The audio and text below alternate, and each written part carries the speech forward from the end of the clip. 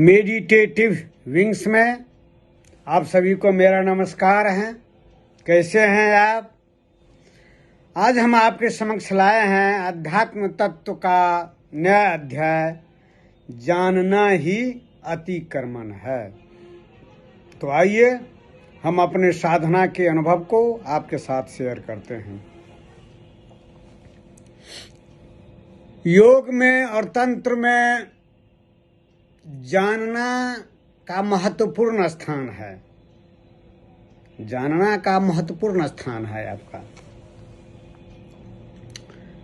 किसी चीज को अगर आप जान लेते हैं तो उसका आप अतिक्रमण कर जाते हैं। जानना ही उस वस्तु का अतिक्रमण है। जैसे अंधेरी रात में रस्सी का टुकड़ा जो है पड़ा हुआ है। रस्सी का टुकड़ा तो सांप के आकार का होता है। आदमी जाता है और दूर से ही कतारे वहां पर सांप है, भागता है और सबको कहता है देखो उस रास्ते पर जो है सांप है। तो दूसरा आदमी रहता है तो चलो देखते हैं, हाथ में लाठी लेता है, टॉर्च लेता है और तब वहां पर जाकर के टॉर्च फेंकता है। कहता अरे ये तो रस्सी का टुकड़ा है जो भ्रमवश अज्ञानवश यह जो है सांप दिखाई पड़ रहा था। तो वही आदमी वही पैर से रस्सी को अलग कर देता है। तो यह भ्रम का नाश कैसे हुआ? वहां पर गया वो आदमी गया और देखा जो यह सांप नहीं है, जो है रस्सी का टुकड़ा है। अगर घर में ही जो है वो अगर मंत्र का जाप करता, धूप अगरबत्ती दिखाता तो क्या ये भ्रम का अज्ञान का नाश होता? नहीं। न धूप अगरबत्ती से, न पूजा पाठ से, न मंत्रोच्चार से ये भ्रम का नाश नहीं होता जो वहां पर रस्सी का टुकड़ा है। यह भ्रम का नाश होता है कब? जब वह वहां पर पहुंचता है, देखता है, तब। तो इसी ढंग से इस सूक्ष्म जगत में भी जब तक आप देखता कौन है आपका? ये मन देखता है। आप भ्रम में है जो आंख देखता है। आंख मन आंख के सहारे ही मन देखता है आपका। बाहरी जगत को आंख के सहारे ही मन देखता है, आंख नहीं देखता है। अगर किसी चीज को देखे, अगर वहां पर मन नहीं है और मन आपको दूसरे जगह पर है तो आंख तो खुली की खुली रहेगी, लेकिन वो दृश्य जो है की अनुभूति नहीं होगी आपको। अनुभूति तो मन करता है। यह आंख जो है यह स्थूल है। आंख ना यह इंद्रिय जो जितना देखते हैं ना सब है स्थूल है। यह सांस जो लेते हैं ना गंध को, ये भी गंध को कौन अनुभूति करता है? यह मन करता है। नाक तो यह जो है स्थूल है आपका। और ये कान जो देखते हैं वो भी स्थूल है। मन ही है जो इंद्रिय कान के सहारे सुनता है आपका। तो इसी ढंग से जब सूक्ष्म जगत में मन को साधना के द्वारा जब आप उसको अतिक्रमण करते हैं, ऊपर की ओर उठते हैं, तब जो जानते हैं तो जानना ही है जो वह अतिक्रमण कहलाता है। आप संसार में रहिए, विचरण करते रहिए, देखते रहिए, कर्म करते रहिए, तो आपको बाहरी ज्ञान हो सकता है, ये संसार का ज्ञान हो सकता है। लेकिन सूक्ष्म जगत में, सूक्ष्म जगत की जानकारी जो है बिना उसको मन को गए हुए अतिक्रमण किए हुए उस सूक्ष्म जगत का ज्ञान नहीं हो सकता है। जैसे कोई दिल्ली का जानकारी लेना चाहता है, दिल्ली का, पटना में वो रहता है, तो आप जो है पढ़ने से, नक्शा देखने से क्या वो उसकी पूरी जानकारी हो जाएगी आपको? कहेगा उसमें लिखा है, मान लीजिए कुतुब मीनार का दर्शन करना है, कुतुब मीनार यहाँ पढ़ते हैं, तो यहाँ पर पढ़ना और दिल्ली जाकर के कुतुब मीनार को देखना, दोनों दो चीज होता है। दोनों का दो चीज होता है। जब वहाँ पर जाकर दिल्ली पहुँच करके कुतुब मीनार के पास पहुँचता है, तब जो जानकारी मिलती है तब, और यहाँ पर बैठे बैठे जो किताब पढ़ते हैं, ये पर्यटन का जो है मैप देखते हैं, दोनों अलग अलग है। उसी ढंग से जो महावीर ने भी कहा, भगवान महावीर भी ने भी कहा, किसी चीज को जानकारी प्राप्त करना है तो उसको निरपेक्ष भाव से खाली देखते रहिए। मात्र देखते रहने से ही जो है, जानने से ही जो है उस वस्तु का ज्ञान हो जाता है आपका। उसी को उन्होंने कहा जो धर्म। तो उसी ढंग से सभी आदमी का जो संसार है अलग अलग है। इस मेडिटेटिव विंग्स के चैनल पर जितने भी अभी देख रहे होंगे, हजारों लाखों आदमी, सबका जो है मन अलग अलग है, जिसका संसार भी अलग अलग है। मन जितना जानता है उतना ही उसको सत्य, वही उसके लिए सत्य होता है। मन जितना जानता है, संसार भी उसको वही होता है। कितना भी आप उसको समझाइएगा, वो समझने वाला नहीं है। वह सुनेगा, मेरे उपदेश को सुनेंगे और फिर उठ करके चल देंगे, उठ करके चल देंगे वो। तो सबका संसार अलग अलग है। और जब तक वो आदमी में पूर्ण विकास नहीं होता है और सत्य पर नहीं पहुंचता है, तब तक वो जो है चक्कर चलता रहता है, आवागमन का चक्कर चलता है, जन्म मरण का चक्कर चलता है। पूर्णता उसकी प्राप्ति नहीं होती है, उसको अपूर्णता रहती है। और जब तक आदमी अपूर्ण रहते हैं तब तक में उसमें बेचैनी रहती है।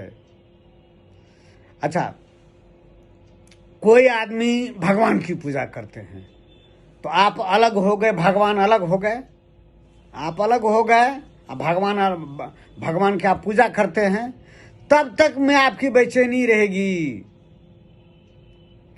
चूंकि आप में जो पूर्णता नहीं रहती है आपका, आप भगवान को अलग समझते हैं, अपने आप को अलग समझते हैं। लेकिन साधना के बदौलत जब यह सभी लेयर को, चक्र को जब पार कर जाते हैं और सत्य एक ही है आपका, अद्वैत, हमेशा इसको स्मरण रखिए, सत्य एक ही है, अद्वैत। अद्वैत में कुछ भी नहीं है, देवी देवता, दृश्य जगत, ब्रह्मांड जगत, सूर्य चंद्र ग्रह नक्षत्र, कुछ भी नहीं है। और जब ये साधक वहां पर पहुंच जाते हैं अद्वैत में, तो ज्ञान की भी परिसमाप्ति हो जाती है। न वहां पर ज्ञान रहता है, न ज्ञान रहता है, न मन रहता है, न बुद्धि रहता है। तो वह पूर्ण हो जाता है, तब वह परमात्मा में स्थापित हो जाते हैं और वही सत्य है। और जब तक आदमी वहां पर नहीं पहुंचता है तब तक में जो आदमी में पूर्णता नहीं रहती, अपूर्ण रहता है। वहां पर पहुंच जाने के बाद वो परमात्मा हो गए, वही शिव हो गए, वही विष्णु हो गए, वही कृष्ण हो गए, वही राम हो गए। तब उसमें बेचैनी नहीं रहती है, तनाव नहीं रहता है। जब सत्य क्या है, जब तक सत्य वही है आपका, अपने स्वरूप का ज्ञान, अपने स्वरूप का ज्ञान, अपने जो मैं क्या हूं, सत्य की समाप्ति में। जिस आदमी में सत्य की जिज्ञासा नहीं रहेगी, सत्य जानने की जिज्ञासा नहीं रहेगी, वह अपूर्ण ही रहता है। उसका जीवन समझिए फिर आवागमन से बाहर नहीं जाता है। वो आवागमन के चक्कर में चलते रहता है, जन्म मरण वह चक्कर चलते रहता है। यह भगवान की, परमात्मा की, परम ब्रह्म की, चेतना की यह व्यवस्था है आपका। तो हर एक आदमी का जो है जानता कौन है? यह मन जानता है। भले ही ये मन जो है परमात्मा का उपकरण है। मन ही है जो ये आत्मा जो यहाँ शरीर में बद्ध है आपका, आत्मा ही उसको बद्ध किए हुए है। आत्मा ही उसको मन ही उसको बद्ध किए हुए है। मन ही उसको मुक्त भी करता है।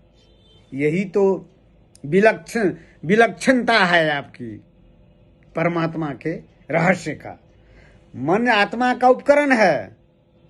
उसी के सहारे आत्मा जो है सारा लीला करता है। और जब मन भर जाता है, भोग का नाश हो जाता है, कर्म का क्षय हो जाता है, तब आदमी में अपने स्वरूप का ज्ञान हो जाता है। वो अपने आप को देखता है, मैं परमात्मा स्वरूप हूँ। वह शिव स्वरूप ही हो जाते हैं, ये विष्णु स्वरूप ही हो जाते हैं, वह राम स्वरूप ही हो जाते हैं।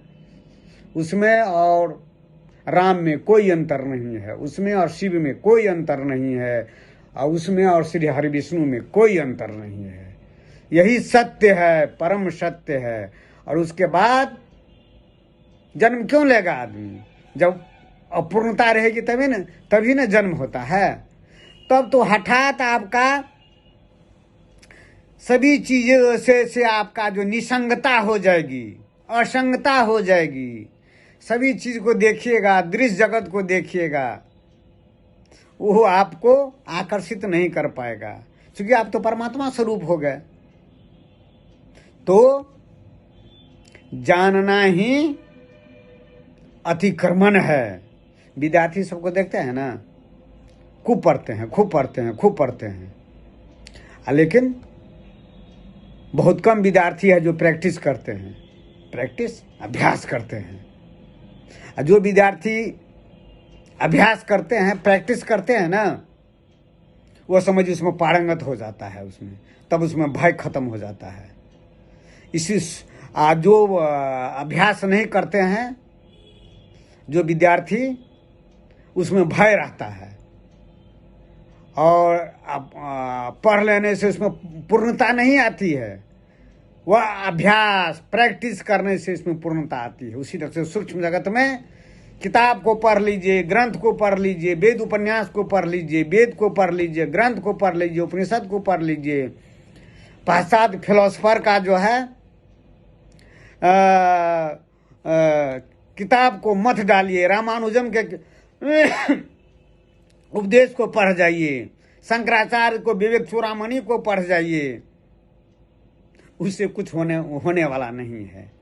जब तक आप प्रैक्टिस नहीं करते हैं, अभ्यास नहीं करते हैं, और अभ्यास के बल पर, साधना के बल पर वहाँ नहीं पहुँचते हैं, तब तक आप में परिपक्वता नहीं हो पाती है। आप पूर्ण नहीं हो पाते हैं, आप अपूर्ण है। जैसे